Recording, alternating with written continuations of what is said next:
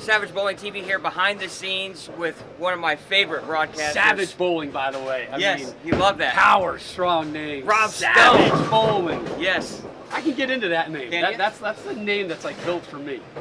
Well, you know, it does kind of give you a little bit of fire. Absolutely. And vigor in there, but anyway, I want to ask you quickly. You got started in what when you started your broadcasting career? What did you begin broadcasting? I was behind the scenes.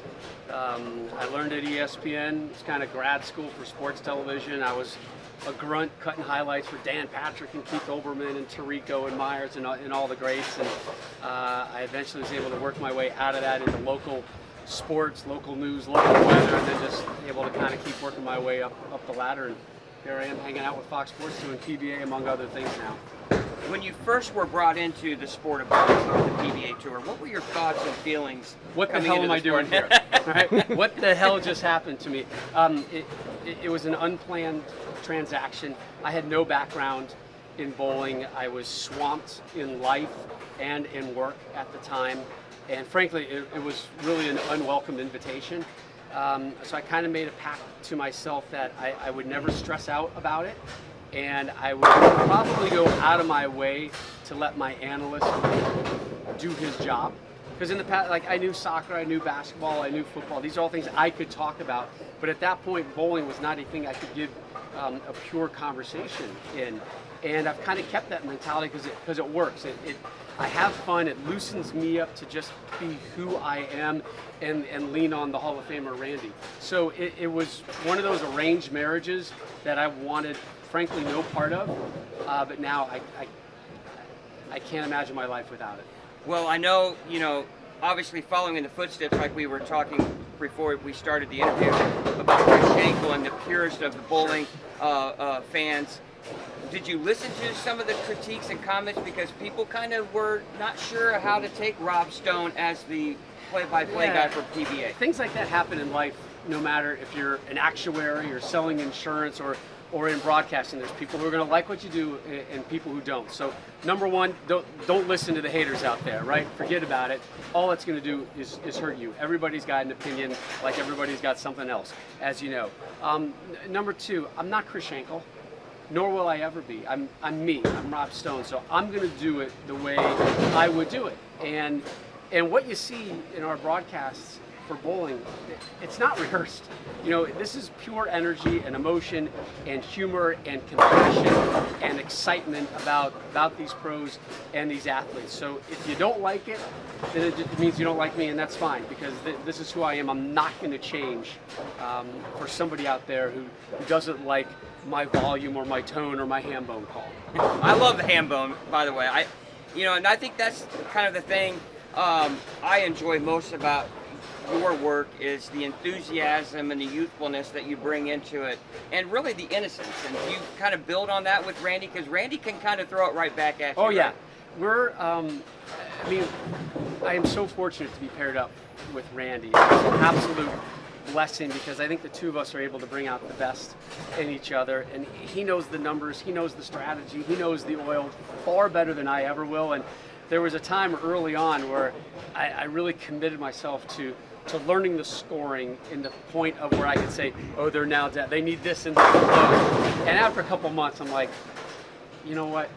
Randy's got me. Let him do it. He's going to beat me, right? He's going to beat me to the punch by, if not minutes, months. So just let him do his thing. And it's freed me up to be who I am. And I think it's been a really good unison. Obviously, it dated back to ESPN in our days together, and I had to leave the PBA when I joined Fox, and when the opportunity for Fox to join the PBA came into the conversation, I was brought in and give my 2 cents, and would you be interested in coming back? And I was like, yes, but I'm working with Randy.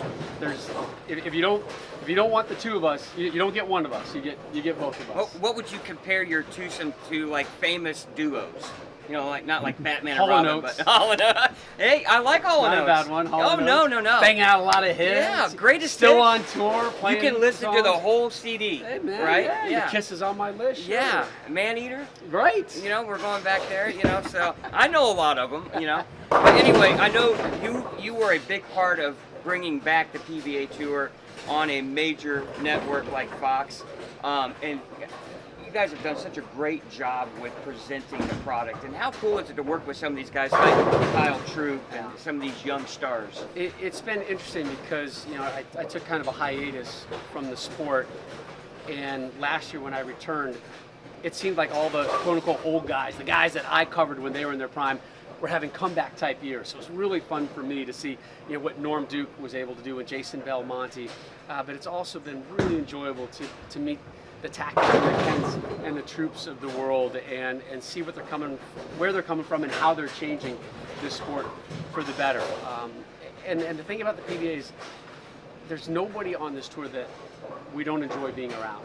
And we say it every week, and I feel like a tinge of guilt when I say it, but almost every week we go, there's Don Barrett, pause, one of our favorites on the tour. There's, you know, inserts and like guys that we just love seeing and hanging out with and being around, and it's such a grind for these guys week in and week out to get on the tour. So we are so happy for them that they've been able to persevere and they get that payoff, particularly when it's been a long break for them, like a guy like Maldonado, who's, you know, he's got 3 kids now and has been so much in Houston, and he makes a lot of show. We are honestly, legitimately happy for these guys, and I know we grew up in this industry where you weren't supposed to have favorites and you weren't supposed to be rooting for teams or people, and I think there's something that goes on, because this is a little bit more of a family where we are all in this together and we all are cheering for people. So when Kyle Troop got the win, weeks after the passing of his mom and his dad was here, we're cheering like hell for that. Like, we're really honestly purely happy for that. And you can see the raw emotion in that. 100%.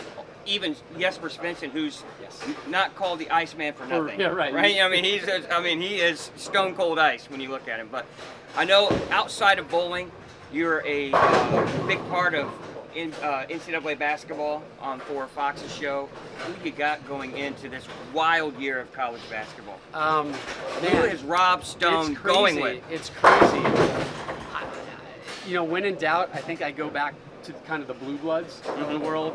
So it's so hard to go against a Kansas or a Duke. I think Baylor's, their number has kind of been called as of late with another loss. If you're looking for a sleeper-ish, maybe, just maybe, a Seton Hall with what they're doing. But in the end, I think stick with what got you there, and that's like kind of a Kansas and kind of a Duke. All right, you heard it here from Rob Stone. He knows a lot about college basketball. Just a little bit. Rob, thanks so much for your time. It's a pleasure to meet you. Savage Bowling. Savage Bowling TV. Rob Stone, he's really good.